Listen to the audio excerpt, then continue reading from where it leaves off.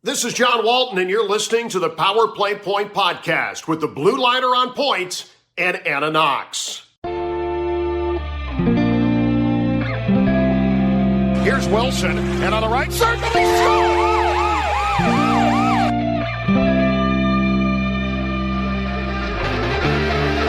Rebound loose, wild scramble in front, score! Ovechkin with a buzzer beater! It'll count! And the hat trick tonight, number 21,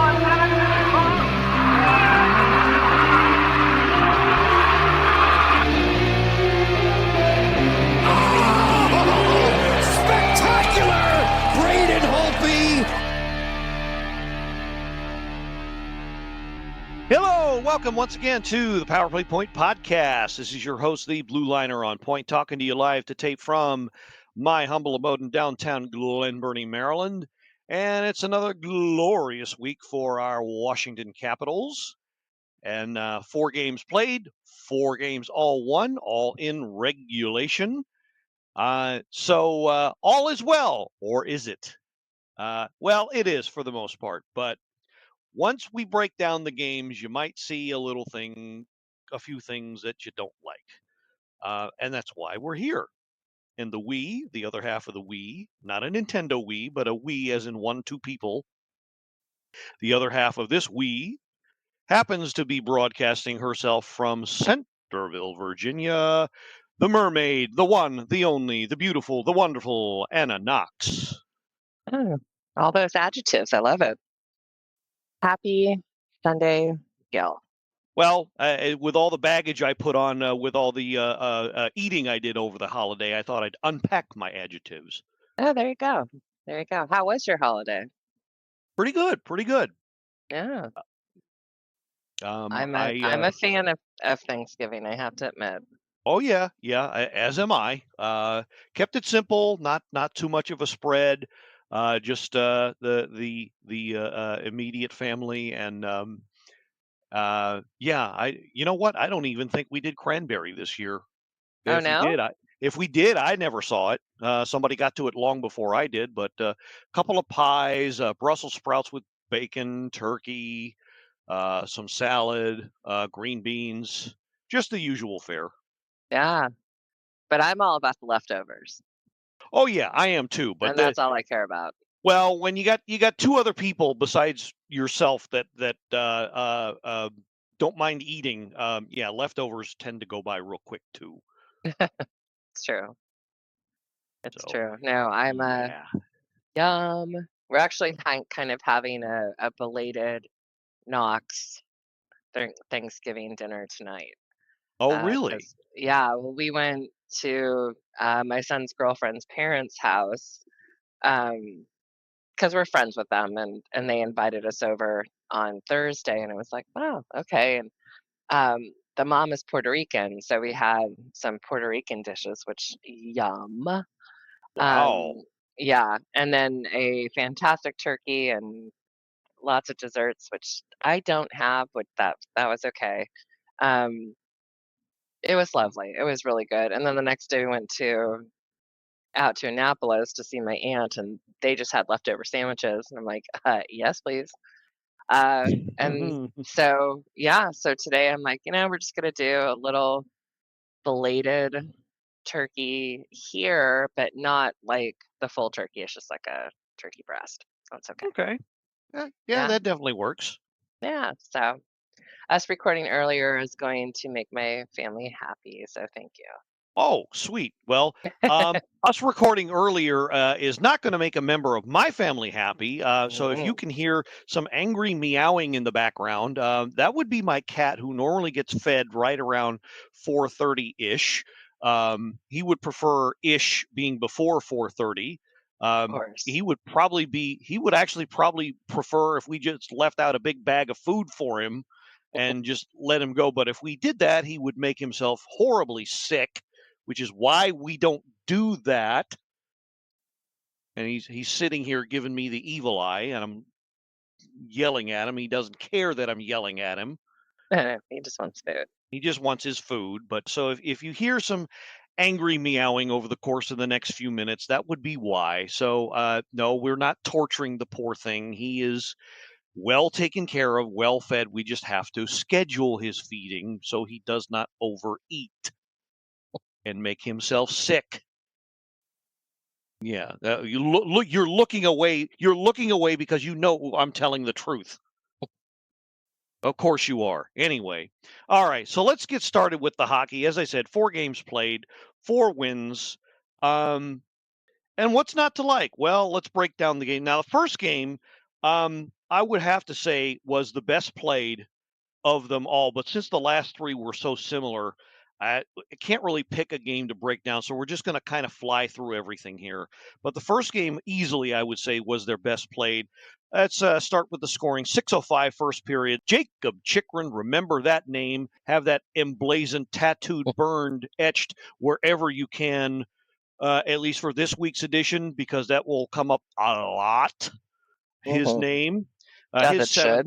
Yep, his 7th of the year. Ryan Leonard, his 6th assist. Hendrix Lapierre, his 5th assist. 6:05. Again, as I said, first period with a wrister. Break out the Caps to a 1-0 lead in that game. No scoring until the second period when Tom Wilson would come up with his 12th. Okay, so remember that number. His 12th starts off the week with his 12th. Wait till you find out what number that ends up being by the time we're done. So 12th of the year, 16-29, 2-0 Caps. This would turn out to be the game winner. And then the Caps would get a power play late in the period. Chikrin again on the power play, his 8th, second of the night, of course. Wilson assist number 11 at 19:45 of the period, staking the Caps out to a 3-0 lead. And then just 12 seconds later, and this might as well have been a power play goal. If you caught Sports on the Hill, I mistakenly thought this was a power play goal. It was so well executed, so well moved, and so well shot, John Carlson. I thought it was a power play goal, but 12 seconds later, it wasn't. It was even strength. Obviously, the power play had been killed by the fact of us scoring, but wow, it was a face-off win by Sordiff, and then back to Ovechkin, over to Carlson for the blast from the point, his 5th of the season, 1957 of the period. So before you knew it, 4-0 Caps at the end of 40. Then the third period, Martin Fedavati, his second. McMichael, another point, his 9th assist. And then John Carlson, his 16th assist on that one at 4:05. That one pretty much sealed it. And then the shutout was spoiled.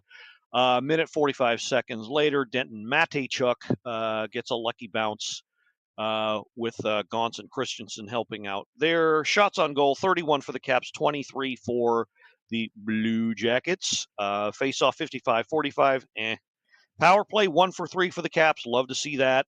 That's improving. And no power play goals given up by the Caps and 2 chances given. That's also good to see. So again, easily the best game of the week, I would say, even though the Caps would win the rest. What do you think of this game? No, I agree with you. I felt like this was, they came out and, my God, number 6. I mean, I know I was talking about crushing on him before, but he's consistent, and I love it. And I love his passion, and it's obvious on when he's out there. So good Chikrin. It's just great. Definitely. And there's not there, what can I say about Tommy? Yep, yeah, he's just chugging right along, leading things on and off the ice. So yeah, what can you say that we haven't already said? Yeah, exactly. All right, so that was Monday. On to Wednesday, continuing the homestand. This one was against the Winnipeg Jets. So that would be interesting. So last year's regular season West champion against last year's regular season East champion. Yeah, I thought this was going to be interesting, and well, I mean, it was for some of the wrong reasons. It got very interesting, but it started out okay. Caps jump out to a 2-0 lead. First is Carlson with his 6th, Tom Wilson another assist there. 6:38 on the Carlson slapper, so 1-0 Caps. About 8 minutes later, Jacob Chikrin again, his 9th of the year. Milano and Frank on the helpers there, 14:21. And then Caps kind of took their foot off the gas, I thought, for most of the rest of the game here. And 1938, Gabe Velarde pots his 9th. Kyle Connor the assist at 1938 to bring it within 1. And then Caps give up a power play within the first minute. And it's Velarde again who ties it with Morrissey and Connor, the helpers, on that one at 1:24. So, yeah, pretty tight game. And then Ovechkin answers with his 11th. Nice. Roy and Beauvillier, the helpers on that one. That would put the Caps up temporarily. Well, actually for good. Not that this was the game winner. The game winner was this one. I will say that even with Tommy's and Chikrin's heroics, I'm going to put this one up there, this next goal that they scored. Sorry, Anna, no offense, but this one that was scored, I'm going to say goal of the week for this one. All right.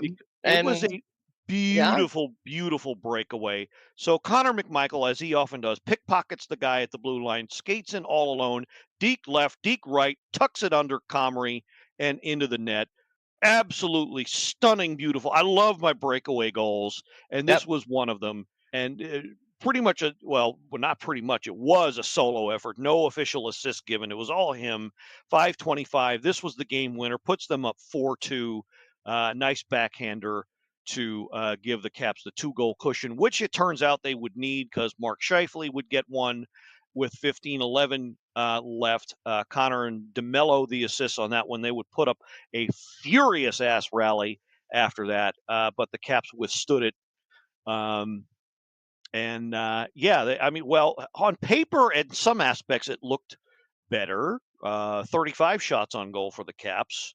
But like I said, I think they took their foot off the gas a little bit after the second goal.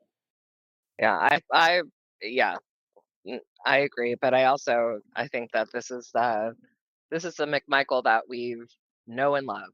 We know he came out a week or so ago. All of a sudden, seeing him just be a fucking badass on the ice, and the confidence is there, and now we're seeing him be consistent, and hell yeah. No, I'll agree with you. This was a hell of a shot, and I'm so happy for him. Just being consistent and being the Connor McMichael that we all know and love. Yeah, definitely. I don't know what happened 2 weeks ago when it all started. I almost switched. Something switched. I don't care, but maybe it was the shift in the lineup. But yeah, since then he's been back to what we saw most of last year, and that's a great thing. That is definitely a great thing. And just absolutely love it. So he gets the game winner, as it turns out, and Caps come away with the 1-goal win on this one. But I thought they let down, especially in the second and the third. Well, second they got 15 shots, but I don't know. It just didn't seem like they came at it in the last 20 with the same effort. It were kind of lucky that the Jets didn't beat them or tie it in regulation at least. So yeah. Well, you said second period. I would have said after the McMichael goal, the last 14 minutes or so. I felt like, all right, now is not the time to play half-assed. Yeah. And then we go back to power play was 0-2. So yeah, and that didn't help. Now we're at the point where the power play has a decent game and then stinks again for another game or two, and then we hear from it and then not. And yeah, it's up and down, but that's better than just down, which is what we had to start. True. All right, so that was Thanksgiving Eve, and then we carved the turkey, and then on to Black Friday for a 5 o'clock game against the Toronto Maple Leafs, and this was the one I thought would be the letdown because,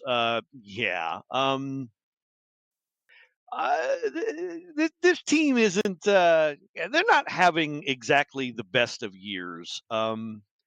A lot of upset people in Toronto screaming for the coach and GM to be fired, trade this guy, trade that guy. Nobody's saying plan the parade. They're saying plan the hanging there of, yeah, whoever whoever works for this team.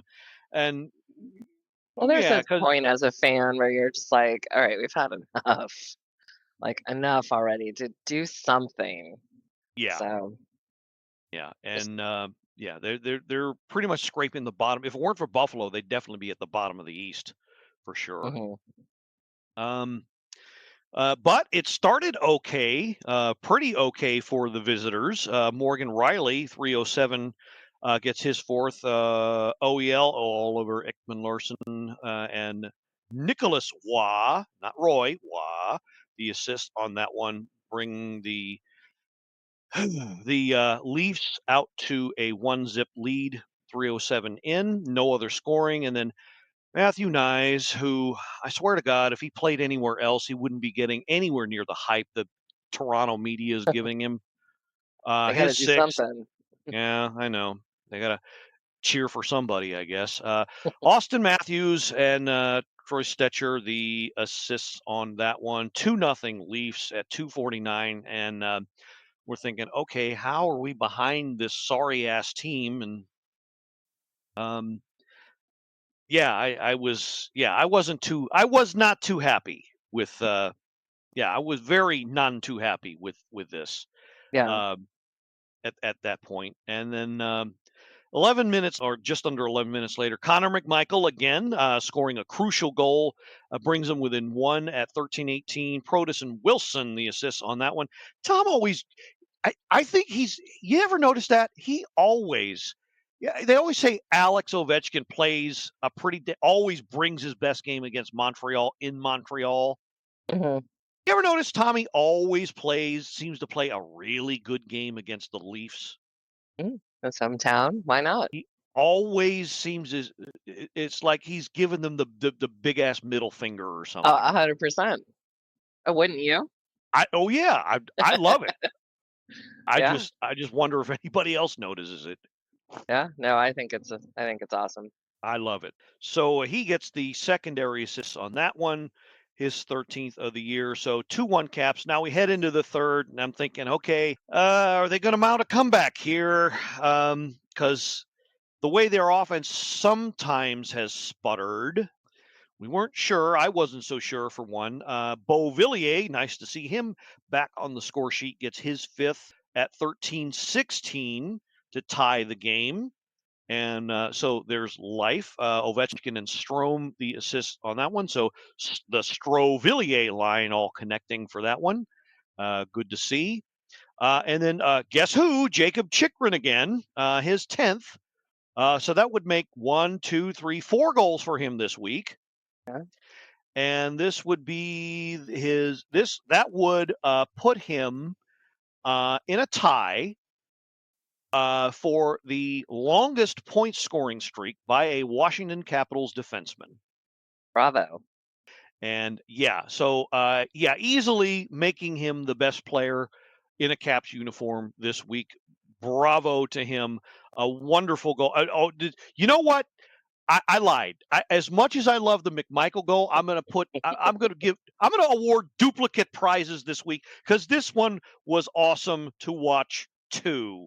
Yes. And so if everybody can bear with me while the NHL app has decided not to throw up 1,000 ads at me. So Leonard starts the play and back to McMichael. McMichael sees Leonard at the top of the circle, draws the defense to him. Leonard with a brilliant cross-ice pass to Chikrin, who blasts it from the top of the right circle past Joseph Woll. Let's see that again. So the pass from one circle to the other, bang, into the net. And it is perfecto. It is awesome.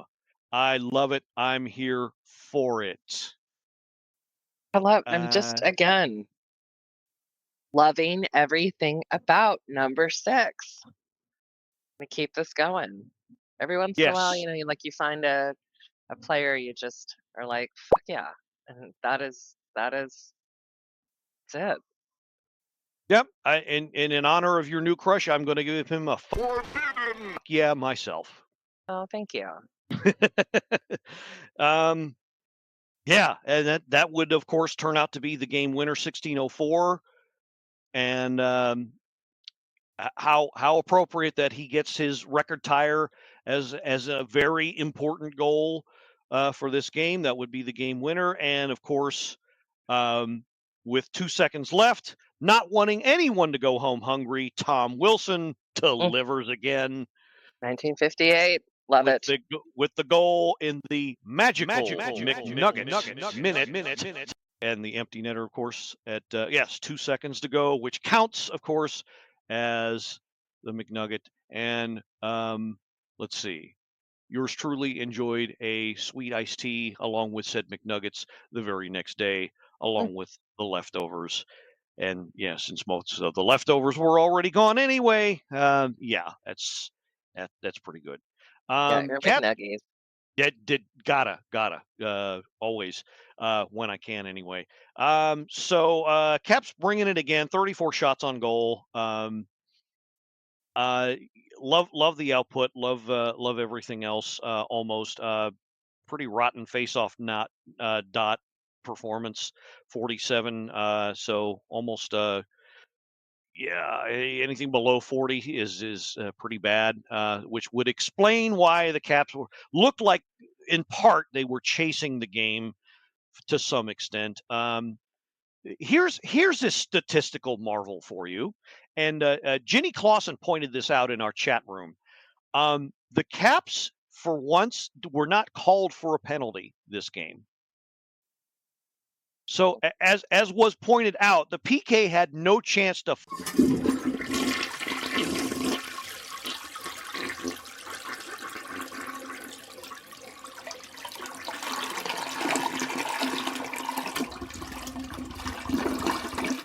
Up this game. Okay. Okay. Now the Caps, of course, blew 2 power play chances, but Yeah. you can't have everything. Right. When this was this was on Friday, right? This was this was the Friday game. So this was the one where they went the entire first period without having to take a break. Yeah. That was the ridiculous. Wow, I'm glad you remember that. Yeah, that was ridiculous. I thought towards the end of it, everybody looked a little gassed, but yeah, it was like nonstop, no whistle for like, what was it, 12, 13 minutes straight? Something like that. Well, we were leaving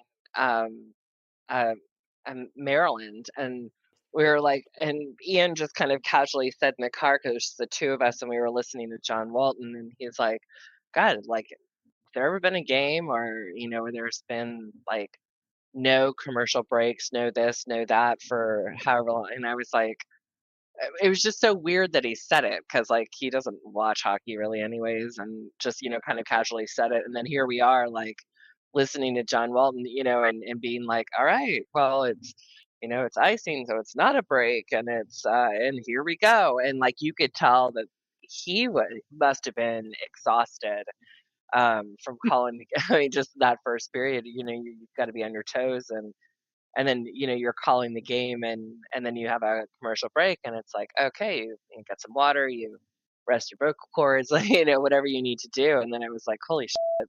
So yeah, it was just so weird for him to say that. So yeah, I was like, oh my gosh, like this is a little bit crazy. But yeah, so, and they all looked exhausted, because you also can't change lines. So a lot of the players that were out there, Well, you're just like, you just have to be careful about it. I thought there were certain there was a rule in which you can't if it includes. If you ice the puck, if you can't change lines, but Okay. if the play is live and going, you just have to be really careful about it, because if you do it wrong and you leave a guy on the ice too long, then it's a too many men penalty. That's where you get in trouble. But you can change while the play's live. Okay. So Yeah. Okay. Perfect. but it's just what you're right, when it's nonstop like that and there's no TV timeout where you can really catch your breath instead of having to go out like whatever it is 2 minutes later. you Mhm. know it can get kind of get dangerous. And Locker was I was watching the TV feed, and Monumental Locker was joking with Joe B, because he was kind of of course in a similar situation as John Walton, hey, this is your conditioning assignment. And Right. yeah, yeah, because he was pretty much nonstop too because of that. But yeah, that was a very interesting test for the Caps. And yeah, I think it put them a little behind things to start. I don't think they were anticipating that, but at least they came out with the W. But this in the next game, I think, defined their kind of winning ugly theme this week, because for a good chunk of the game, it didn't look all that good. All right. So so Black Friday spent, and Black Saturday over with, and pole vaulted on to the last day of November, which happened to be today, for a 1:00 matinee game. And you know what that usually means. Well, I was just as surprised as the rest of you with the Caps, well, appearing to come out ready to play this game, but maybe not. The Islanders had the best of the chances for, I would say, the first 2-3 minutes. And then the Caps got a power play, and that guy again, no, not Chikrin, Tom Wilson, Mhm. the legal power play weapon, gets another one. And I'm going to call this one, okay, so Leonard starts the play, and I'm going to call this one, Ovi throws a changeup, and Tom swats it over the fence for the home run. That's what I'm going to call this. Hopefully you Nats fans out there listening love the reference. But 7:37 on the power play. What I'm talking about, of course, I don't even need the replay. It's still fresh in my mind. So Ovi lines up at his usual office spot like he's going to shoot. And it fooled Sorokin, I think, because he was lined up to cover the shot. And meanwhile, Tom is kind of sneaking in from the left side, from behind the goal line over to the goal, ever so slightly.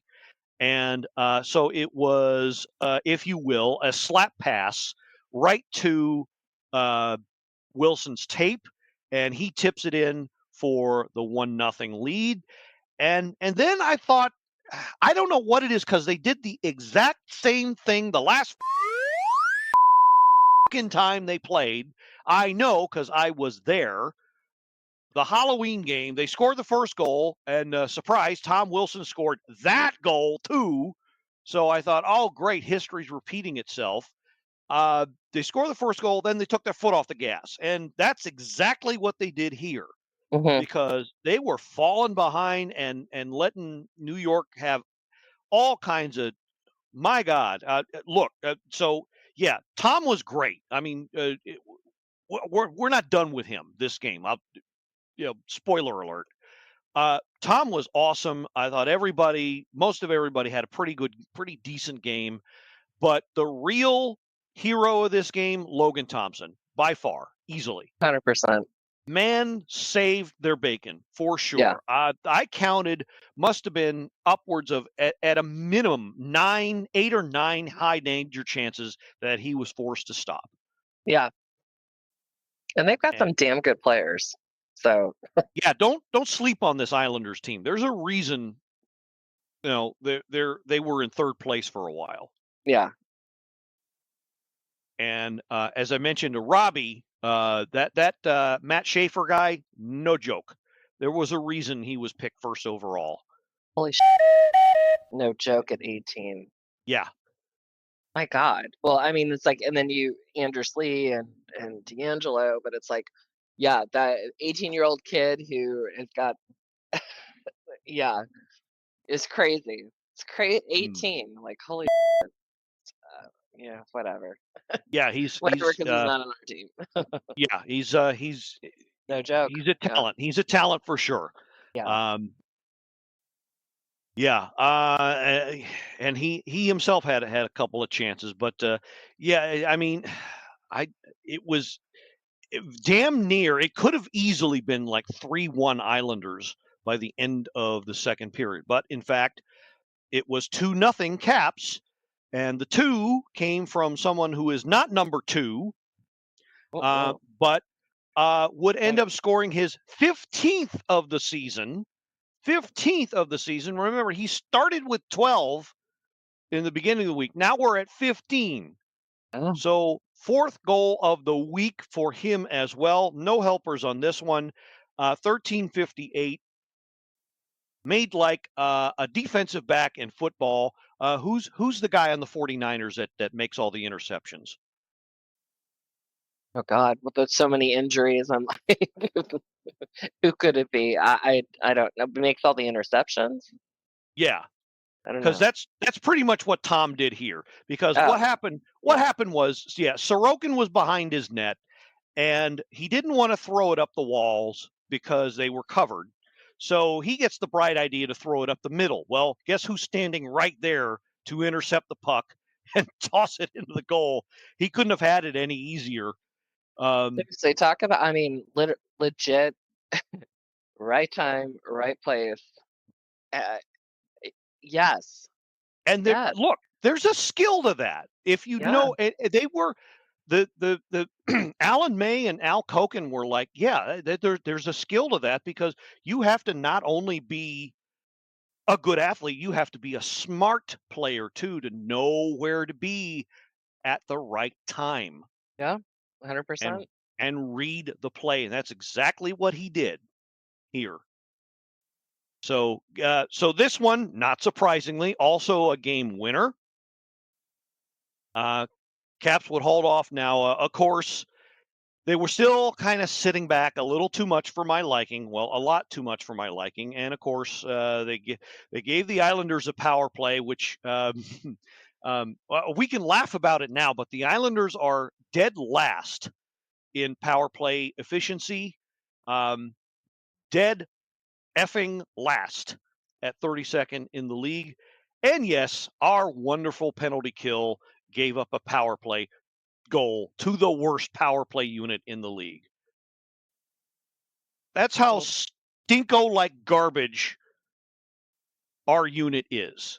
Yeah, So, yeah, Scotty Allen, I love you, but you got some work to do. yeah.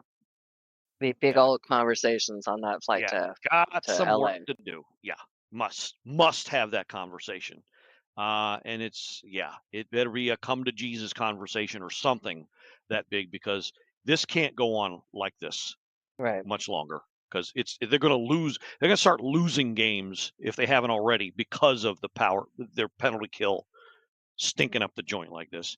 So it was Bo Horvat, and today I learned his full name is Bowie, which of course is the third largest city in the state of Maryland. Um, but his full name is Bowie. Bo Horvat, he goes by. His 15th on the power play. Anders Lee and Ryan Pulak, the helpers on that one, 13:43.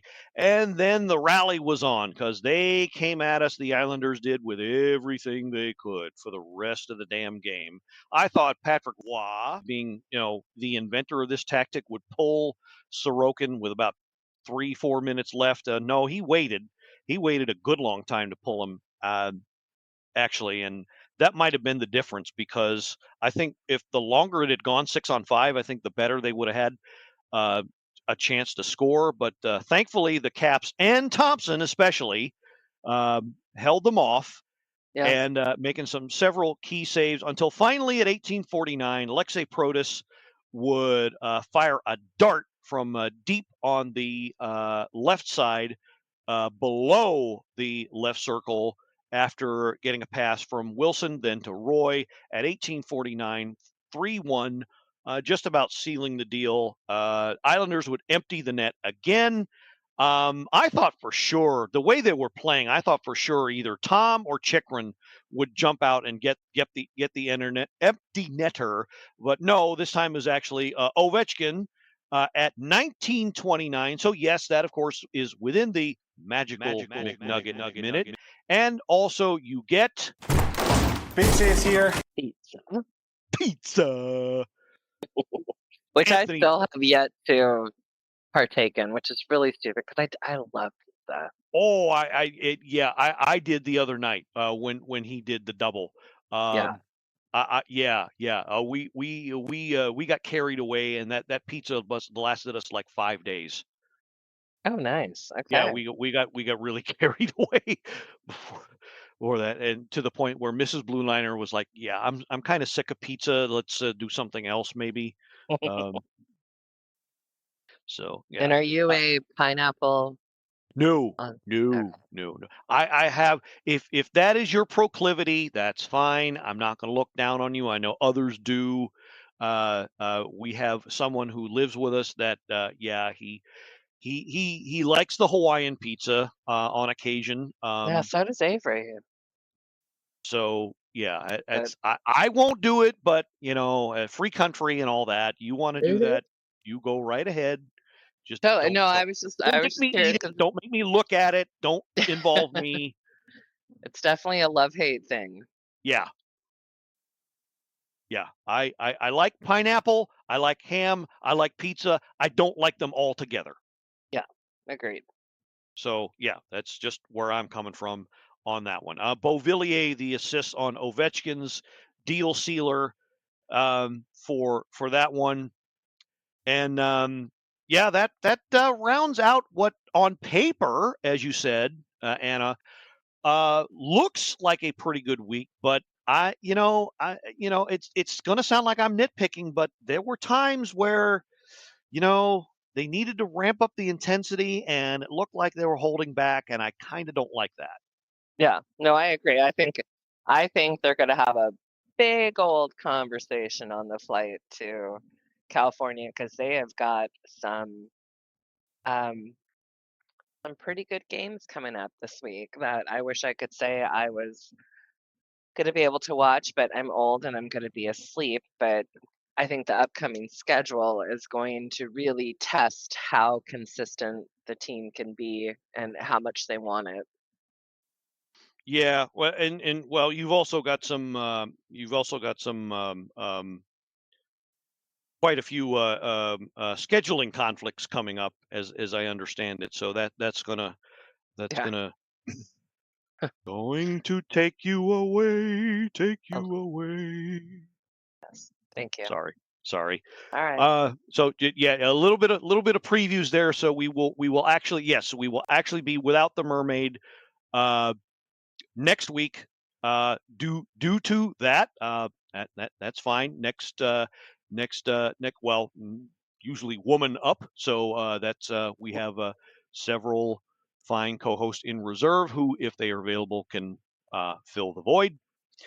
But yeah, be forewarned, fans of Anna, that yeah, we'll be without the Mermaid next week. Just letting you know now. I Spoiler think alert. it's like fan of Anna. I don't think there's a plural. Oh, you have quite a few. So But yes, I will be. But I will do Sports on the Hill tomorrow night. So yes. without a computer, hopefully that's being a jerk. Oh, So trust me, being in IT, yeah, I've been there, done that too many times, more than I could care to remember and count. yeah, ridiculous. So yeah, I mean, what did you think? You saw just about all of the game. What did you think this week was? Honestly, well, okay, when we talked about, prior to going on the air, like on paper, it was like, well, they got 4 wins. Like, what can Right. what's the complaint? And it's like, well, there's not a complaint. I still have a concern about the power play, of course. I mean, Tommy scoring today was fantastic, but it's like the 0 for 2 in the other games. Um, I felt like the second half of today's game They were kind of all over the place. Hmm. Not that I'm not going to say they played poorly, but I also can't really say that they played like that they were fantastic. I felt like they were just sort of off. And I feel like we just were granted a little luck of the draw on this one. Because I really think that we could have easily lost this game. And I agree with you with Logan Thompson, but we can't rely on him for everything. Be interesting to see who's in the net in California because of how um, close we are in regards to wins and losses with some of the California teams. So we'll see. But I felt like this was not the game. I'm glad we won, but I wish it would have been a little bit like like a yeah win. Like yes, we did it. This was more like a oh okay, oh an empty netter. Oh, and then the second. Yeah. Okay, that kind of thing. So I do feel like I'm glad that we had that dark cloud of the post Thanksgiving afternoon game. That got erased, and I'm glad to see that. I just know with California, it's not a sure thing that we're to go in and annihilate everybody. I feel like the Ducks are always a team that are like, uh, but again, I don't want to jump. Sorry, I jumped ahead. No, no, that's fine. And and I don't think the it wasn't a bad game, but again, like you No, said, on a 4-1 win, it looked a lot better than it actually was. No, this was not this was they had a little bit of puck luck go their way, even though ah, on that one power play they hit two posts like back to back. oh, sorry, Um, clang. clang clang, yeah, goes the trolley. But Yeah, also, like, don't like. I know there's so many uh, opinions and like or dislike towards the empty netters. Like, I appreciate an empty netter when it's like from the other end, and then I just admire it being like, holy shit, that's a skill and it right into the net, and like that's just fantastic. The Ovi one today, it's like what you do at practice or warm-ups. It was like it was very anticlimactic for me, where you're like, meh. Glad he got it, like good for him. But I even think he wasn't that all that excited. And so I felt like this game was not as exciting as I thought it would have been. I was wanting more. Um, it'll just be interesting to see again. Like I keep bringing up California, but like we're not. I don't think we're going into this next week with a sure thing. Like, oh, we should definitely beat this team and or these two teams, and it'll be a challenge against this one. I think all three when we go out there are going to be, especially the back to back. It's going to be interesting. for sure, for sure. So Ryan Reeves. yeah, yeah, Sorry. I know. Before we get into a preview of that upcoming trip, of Yes. course, we need to Mm, talk about our sponsor for this year, and that is absolutely. Empowering Education. So if you are looking to empower your child or anyone in your family, for that matter, for financial success, Empower Education, which began as a Kentucky-based nonprofit, aims to bring financial literacy and career development to the next generation. We have a holistic approach that goes beyond money management, offering access to education funding, job training, and practical skills to set students up for a brighter future. So basically, what it is it's a life skills course, which is also made to open eyes to navigate arguably one of the most important parts of life, money management. So, what are our plans? This, pardon me, our plans are for this January to expand into the DMV area, starting with Baltimore City. Yes, some of you out there might be screaming, Baltimore's not part of the DMV. Well, sorry, but to me it is because it's my hometown.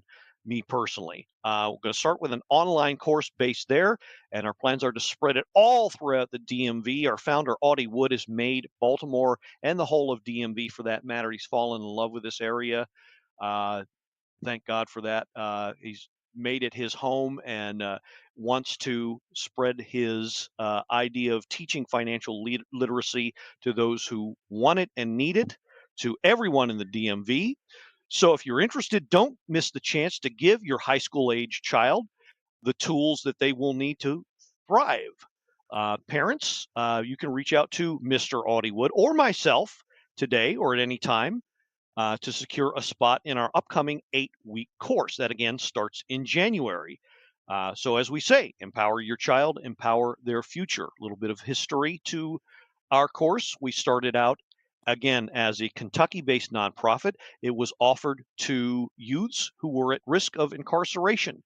The magistrate offered this course as an opportunity to avoid incarceration. 91% of students offered this choice ended up passing the course and turning their lives around as a result. Today, they're rewriting their stories, pursuing trade schools or community colleges, and building productive lives as a result of finishing this course. So they're transforming lives and saving taxpayers money at the same time by not having these young people become a burden to the system. They're actually working with the system by learning the value of things like budgeting and keeping good credit. On top of all of this, we also have a mental health component because, as it turns out, and I'm sure everybody has been faced with this, but when you start to have money problems, it doesn't play right with your head. And our research has found that when you're not in a good headspace, then you're not in a good budget space either. So we have aspects of the course that are designed to deal with that as well. How to plan, how to work around emergencies that come up every now and again in budgets, and everybody has that. So it's nothing new to anyone.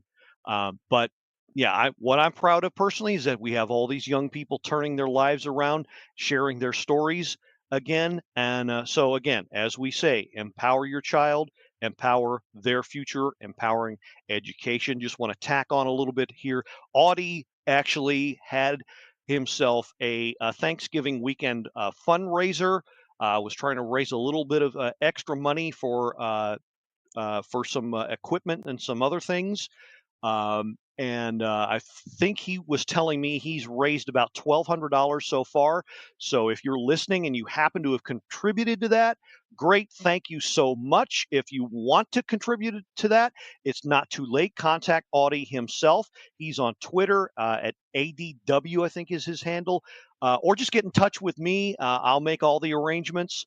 But if you're listening, you're interested in contributing to the nonprofit program that we're laying down roots here, just let us know, and we'll make all the arrangements. Tax deductible, of course, and all that. But yeah, thanks to all who are contributing. And look, this is can't say enough about this program. It's a wonderful thing. I wish something like this existed when I was young, because let's just say, there have been times where I haven't been good with managing money, and it is a life skill. It takes most people a lifetime, but hit them young, as they say. Get them young, and if they learn it better, then you don't wind up with things like a ridiculous amount of people with deep credit card debt and that kind of a thing. So this program is an absolute joy, an absolute wonderful thing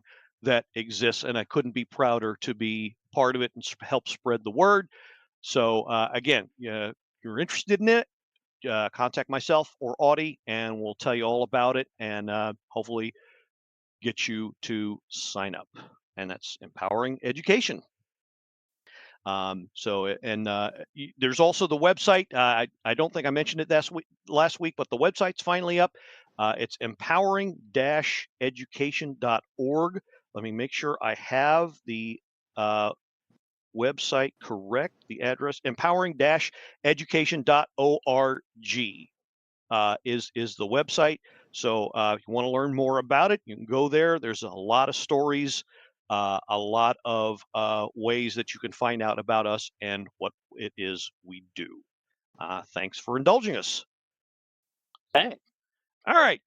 So yeah, like you said, Anna, coming up on a pretty tough road trip here, and I think you got three teams. Well, two of them at one point, maybe last year and before. I would say, okay, well, it's probably a throwaway win. Although San Jose always gives us problems. I mean, always. Yeah. But at least here. But yeah, I mean the Kings are always pretty good. They're always a tough out. Even though I think we've beaten them like the last 2-3 times, but the Kings are always tough. They're always challenging for a division lead. But safe to say that with the young guys coming of age in Anaheim and San Jose, yeah, these aren't your father's Sharks and Ducks anymore. This is going to be 3 very tough games. Yeah. I think. I think so too. I mean, and if they can come out on top, then all right. Let's keep it rolling. Yeah, Keep it rolling. You they've know? Cap's got some momentum, and I think they've got some things they can learn from this game that they Yeah. can improve on. So it's not as if even with 4 straight wins, it's not as if they can't look at things and say, well, okay, we could have done this better, we could have done that better. It's not like there isn't that stuff, which there is. So hopefully they go into with okay, we're playing good enough to win. Now let's see where we can take that. Is the attitude they need to come at it. So where are we? So it's the end of November, as we mentioned, and so no game December the 1st, and then the road trip begins in earnest. And yeah, some of us who are not as young anymore, including yours truly, yeah, we're looking at these game times and we're just about dying. All I have to say is thank God one of these is on a Friday night at least. True. But yeah, But so the still. first, yeah, still, first one is Tuesday, December the 2nd, Tuesday night, December the 2nd, 10:30 puck drop against the Los Angeles Kings in the Crypto.com arena. 10:30 puck drop again for that one. And this I don't understand. Then they head up north to the Bay against the Sharks. 10 o'clock puck drop there. And To then they come come back. Yeah. down to LA after a day's travel and face Anaheim Friday night, the 5th, for a 10 o'clock puck drop. I don't know who planned that, but they're out of their mind or on some illegal substance that should be reported. Either way, that makes less than 0 sense to me, but whatever. I mean, that's the league for you. And that's the 3 games during the week. Now there is a Sunday night game. They do come home for two games next week after next. This rather Sunday the 7th is at 7 p.m. appropriately enough. So probably going to record Saturday night, the 6th. So C4, Miss Gin Dependent, if you're listening, hopefully at least one of you is available Saturday night, because that's when we're going to record. And then Mermaid, you will be out. For the What did you following. say? Yeah. For the following week as well. No, not the follow. Just just the 3 games in California. yes. Okay. Yeah. Okay. So you will be able to catch all 3 games next week Correct. or the week after. Okay. So yeah. So it's CBJ Sunday that week. So it starts Sunday the 7th, Pearl Harbor Day, and then the 11th it's Carolina at home, and then Saturday they go up to Winnipeg for a 7 o'clock puck drop on the 13th, Okay. Saturday after next. So yeah, interesting. So we will record then on Sunday the 14th, more or less back to regular time sort of. So that's what we're looking at. And yeah, like Ann and I were saying, I don't think these are 3 gimme games at all, at least not 2 of them. I think these are going to be 3 very tough games, and it's going to be on the road. You don't have last line change, and it's going to be very interesting how they weigh up against these guys. But unless they get blown out, even 3 straight losses, which is going to sting, but as long as they're competitive, I think they'll be fine. But yeah, I don't know what to expect. I can't tell you who to put the money on. My heart says the Caps, but these are all 3 very good teams. Is what I'm trying to say here. So don't look at it like it's a sure thing, because it's not. There's a whole lot of parity, whole lot of good teams playing in this league. So yeah, if you've got the stomach to stay up and watch it all, God bless you. Hopefully you'll come at us with some good observations here. So, all right. So I think that will do it for this week. We're just going to go ahead and wrap it up now. Not really a whole lot to say. Anna, did you have anything else that you're looking to add? I think we're good. Yeah. I think we are definitely good. Okay. All right. So for the Mermaid, Anna Knox, this is the Blue Liner on Point signing off and reminding you, I want to put out a special message to whoever it was that stole my copy of Microsoft Office. I don't know who you are, but I will find you. You have my word.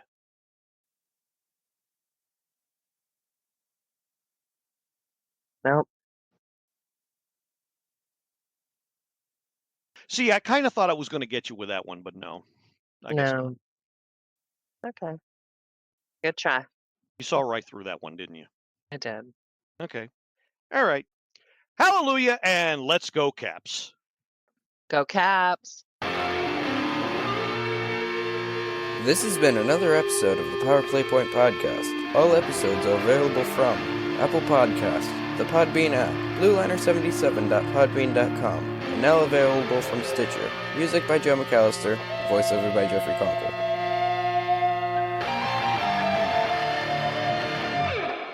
Good morning, good afternoon, and good night, Power Play Point Podcast. Thanks for listening.